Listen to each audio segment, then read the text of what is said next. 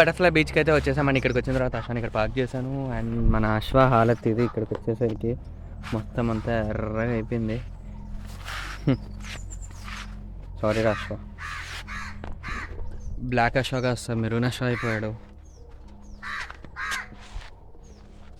So evening ఎట్లాగో royal Enfield గెరేజ్ కెఫేకి వెళ్దాం అనుకున్నాం యాక్చువల్లీ. సో ఒకవేళ అక్కడికి వెళ్తే మాత్రం అక్కడ వాటర్ వాష్ చేపించేసి కొంచెం చూద్దాం. లేదంటే విల్లా దగ్గర అయినా కూడా వాటర్ వాష్ అవైలబిలిటీ ఉంది. సో అక్కడైనా water wash చేయించేస్తాను.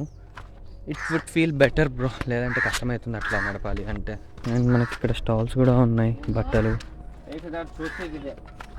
Goan wipe shirts ఉన్నాయి, పూల సొక్కలు. And we also have food. తాగేటోళ్ళకి తాగుడు, తినేటోళ్ళకి తినుడు, స్నానం చేయాలనుకునే వాళ్ళకి షవర్ రూమ్స్. లోపలికి వెళ్ళే కొద్దీ పాత్ర ఇంకా సన్నగా అయిపోతుంది. గౌతమ్ అంకుల్ ముందర వెళ్తున్నారు, ఏదో కష్టపడుతూ వెళ్తున్నాడు. అన్న మంచిగా నడవచ్చు కదా, ఎందుకు అట్లా రోబో లెక్క నడుస్తున్నావు? యా, నువ్వు ఎట్లా నడుస్తున్నావు నా వ్లాగ్ చూడ అర్థమవుతుంది నీకు. వావ్, అట్లనే వ్లాగ్ చేసేది ఉండే సరిపోద్ది. ఇంకా మష్రూమ్ కోసం ఎత్తుకునే ఉన్నావు. Gautam photography busy. అంటే ఒక ఫోటో తీయాలంటే పక్కనుండే దాన్ని చంపేయాలా సార్? నాకు తెలియదు. దాన్ని ఎందుకు హింసిస్తున్నావు? ప్రాపర్ కొండలు దిగాల్సి వస్తుంది భయ్య. టాప్ బాక్స్ తెచ్చి ఉండాల్సింది అనిపిస్తుంది సార్. ఎస్, ఇక్కడికి కాదు, టాప్ బాక్స్ అని అంటే హెల్మెట్ టాప్ బాక్స్లో పెట్టేస్తే అయిపోతుండే. చెప్పులు వేసుకొని మంచి పని చేసిన. ఒరాస్ వేసుకొని వస్తుంటే దోలు తీరిపోతుండే. మొత్తానికి ఎండలో కొంచెం అయితే ఎండ అయితే వచ్చింది. And get ready for the beautiful location బ్రా. 3, 2, 1 and go.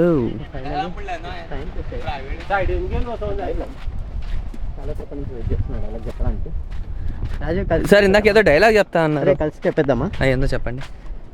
So beautiful, so elegant, just looking like A wow. మీకు కూడా అనిపిస్తుందా వావ్ లాగా? నైస్. రంగంలో ఇక్కడ బోటింగ్ కావాలన్నా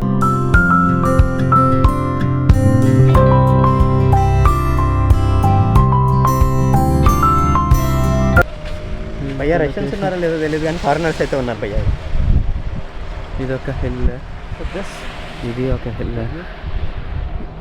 ఈ బుడద సందులో నుంచి వచ్చినాం మనం ఇప్పుడు. To this beautiful beach bro. It's worth. Nice. దీనికి అసలు బటర్ఫ్లై బీచ్ అని పేరు ఎందుకు వచ్చింది అంటే, ఇప్పుడు ఇక్కడ ఉన్నారు కదా, దీని బటర్ఫ్లై హెడ్ లాగా అనుకోండి. అండ్ ఇది left side wing head, right side wing. So aerial view కానీ లేదంటే సముద్రం లోపలికి వెళ్ళి చూస్తే అది కొంచెం బటర్ఫ్లై షేప్లో కనిపిస్తుంది మనకు. అందుకని చెప్పి దీనికి బటర్ఫ్లై బీచ్ అని చెప్పి పేరు వచ్చిందనమాట. బోట్ ఎక్కేసాం అండ్ బీచ్ దగ్గర నుంచి బయటకు వెళ్తూ ఉన్నాం. అయితే గట్టలుగా నీకు బటర్ఫ్లై బాగుందా? వీళ్ళు ధైర్యంగా ఇంత లోపలికి దిగుతున్నారా? వాళ్ళకి స్విమ్మింగ్ వచ్చు సార్. సో ఇప్పుడు మనం బోట్లో అయితే వచ్చేసి ఇందా నుంచి పైన 2 డ్రోన్లు ఎగురుతున్నాయి, అందుకని చెప్పి పైన పక్షులన్నీ వచ్చేసినాయి.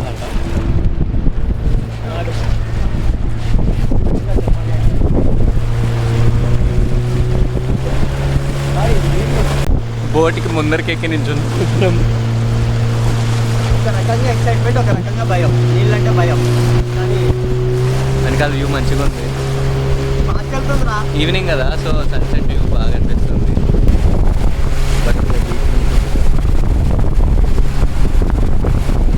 ఇద్దరం కొద్ది లెక్క ఈ ప్లేస్ ఇది ఉండడం వల్ల బోట్ బ్యాలెన్స్ అవ్వట్లేదంట.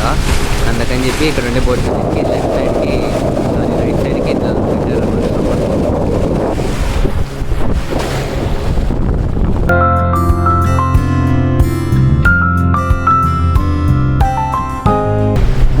ఏమన్నా ఉందా భయ్యా? ఈ వ్యూ ఏదైతే ఉందో ఆ స్టోన్ ఇది మనిషి కాల్ లాగా ఉంది. సో న్యాచురల్ ఫార్మేషన్ అన్నమాట.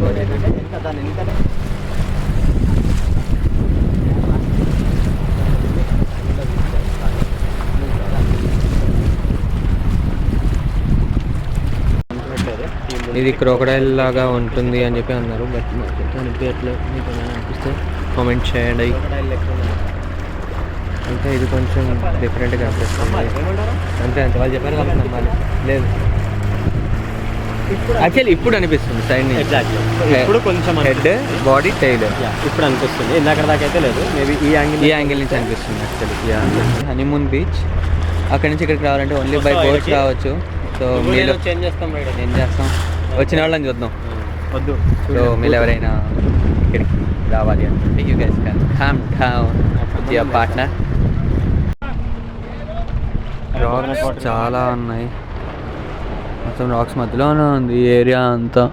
యూజువల్గా మనకు వైజాగ్ అటు సైడ్ బీచెస్ అన్నీ ఎట్లుంటాయంటే షోర్కి దగ్గరలో మనకు స్లాంట్ ఉంటుంది, వెంటనే మనకు హిల్స్ లాగా ఉండవు. బట్ ఇక్కడ చూసినట్లయితే మనకు వెంటనే బ్యాక్ సైడ్ అంతా హిల్సే ఉన్నాయి, లైక్ హిల్స్కి ఆనుకునే బీచ్ ఉందన్నమాట. సో ఇది కొంచెం అట్రాక్షన్ అనిపించింది నాకు ఇక్కడ.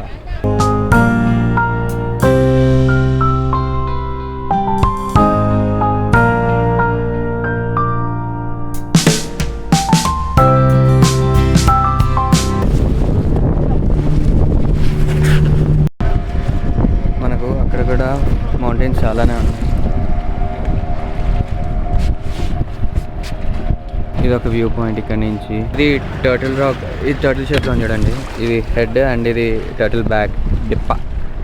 టర్టిల్ రాక్ ఇది నైస్, అంతా నైసే కానీ బోటే తెగ ఊగుతుంది భయ్యా. సైడ్ కనుక కర్రల సపోర్ట్ లేకుండా అంటే బిస్కెటే ఇక్కడ.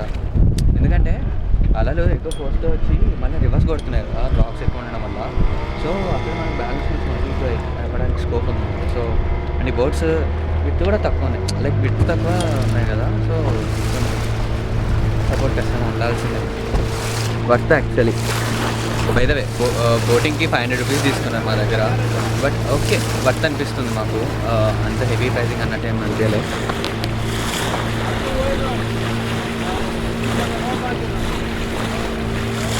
బటర్ఫ్లై బీచ్కి ఎప్పుడు రావాలి రావాలి రావాలి అనుకుంటున్నా, అవుతుందో లేదో అనుకున్నా. బట్ అయిపోయింది. సౌత్ గోవాకి వచ్చాను, బటర్ఫ్లై బీచ్ చూసుకున్నా. I'm good bro. గౌతమ్ అన్న అండ్ మా boat sellers.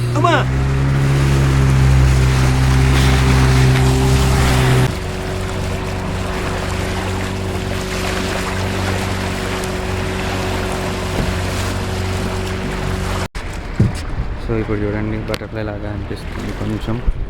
Left side wing, right side wing, head part లాగా. కానీ ఈ యాంగిల్లో కన్నా ఏరియల్ వ్యూలో అయితే ఇంకా బెటర్గా అనిపిస్తుంది అని నా ఫీలింగ్. నాకు యాక్చువల్లీ బటర్ఫ్లై లాగా అనిపించట్లే కానీ ఏదో ఒక bird about to fly of అన్నట్టుగా కనిపిస్తుంది. ఎగ్జాంపుల్ ఈగల్ కానీ ఏదైనా క్రేన్ కానీ దీన్ని హెడ్ ఇక్కడ పెట్టుకొని రెక్కలు పైకి ఎత్తి వదిలిస్తుంది, అదే ఇంకా ఫ్లై అవ్వడానికి స్టార్ట్ అవుతున్నట్టుగా ఉంది, అట్లా అనిపించింది. గోవా ట్రిప్ మొత్తంలో మస్ట్ ట్రై చేయాల్సిన ప్లేస్ లాగా నన్ను అడిగితే నేను ఎక్కువ ఎక్స్పెక్టేషన్ బటర్ఫ్లై బీచ్ మీద పెట్టుకున్నాను. I'm satisfied actually. నేను ఫస్ట్ టైం ఎక్స్పెక్టేషన్స్ పెట్టుకున్న దాంతో నేను చూసి ఐఎమ్ సాటిస్ఫైడ్ యాక్చువల్లీ. ప్రాపర్ మాన్సూన్లో వచ్చి ఉంటే ఇంకా ఎక్కువ గ్రీనరీ ఉండేది, డ్రై కాకుండా ఫుల్ లష్ గ్రీన్ ఉంటుండే. సో అప్పుడు ఇంకా కొంచెం సాటిస్ఫాక్షన్ లెవెల్స్ ఇంకా ఎక్కువ ఉండేవి. నాకైతే వర్త్ అనిపించింది, 500కి వర్త్ అనిపించింది. అండ్ ఇంకొకటి బోటింగ్ అంత స్మూత్ లేదు యాక్చువల్లీ, కొంచెం రిస్కీ ఉంది. సైడ్ ఆ సపోర్టింగ్ స్టిక్స్ లేకపోతే ఖచ్చితంగా డిఫికల్ట్.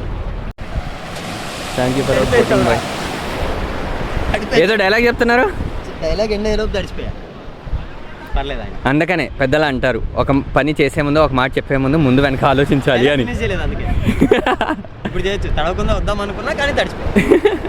ఇంకొక చిన్న రిక్వెస్ట్ ఏంటి అంటే ఇలాంటి ప్లేసెస్కి మంచి మంచి నేచర్ ప్లేసెస్కి వెళ్ళినప్పుడు ఇలా చెత్తనంతా వెయ్యొద్దు. ప్లాస్టిక్ డబ్బాలు, బీర్ టిన్స్, చెప్పులు, పాత బాటిల్స్, అవన్నీ కవర్స్ ఇవన్నీ వెయ్యొద్దు. క్లీనింగ్ ఎవ్వరు చేయరు, అవి అట్లనే ఉండిపోతాయి. మన ప్లేసెస్ని మనమే నీట్గా కాపాడుకోవాలి. అదొక్కటి నా సైడ్ నుంచి మీ అందరికీ కోరుకునే రిక్వెస్ట్. ఇంత మంచిగా బీచ్ని పెట్టుకొని ఇక్కడ ఇన్ని రాళ్ళని పెట్టుకొని కూర్చోడానికి మాకు ఇంకేది ప్లేస్ దొరకలేదు అన్నట్టు. చూడండి అక్కడ కూర్చున్నాం,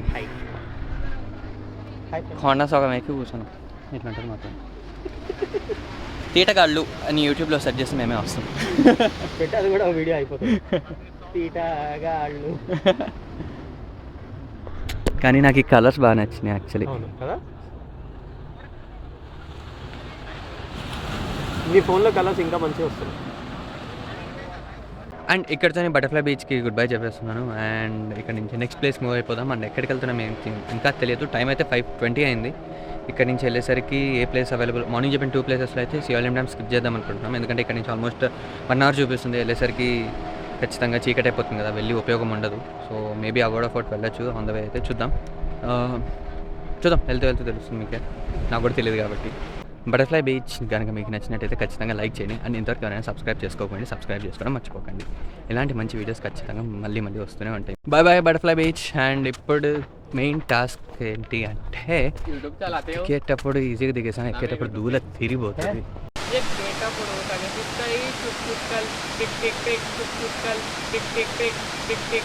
వెనకాల షాప్లో చల్లగా ఒక మసాలా సోడా తాగాము. కానీ రేట్ అయితే దుబ్బేడు భయ్య 50 రూపాయలు తీసుకున్నారు. అండ్ ఇక్కడికి సఫారీ లాగా కూడా రావచ్చు జీప్స్లో, కార్ పార్కింగ్ దగ్గర నుంచి. దీనికన్నా ఛార్జ్ చేస్తారు, నాకు తెలిసి 100 or 150 ఛార్జ్ చేస్తారు అనుకుంటా పర్ హెడ్. సో ఈ ఆప్షన్ కూడా ఉంది.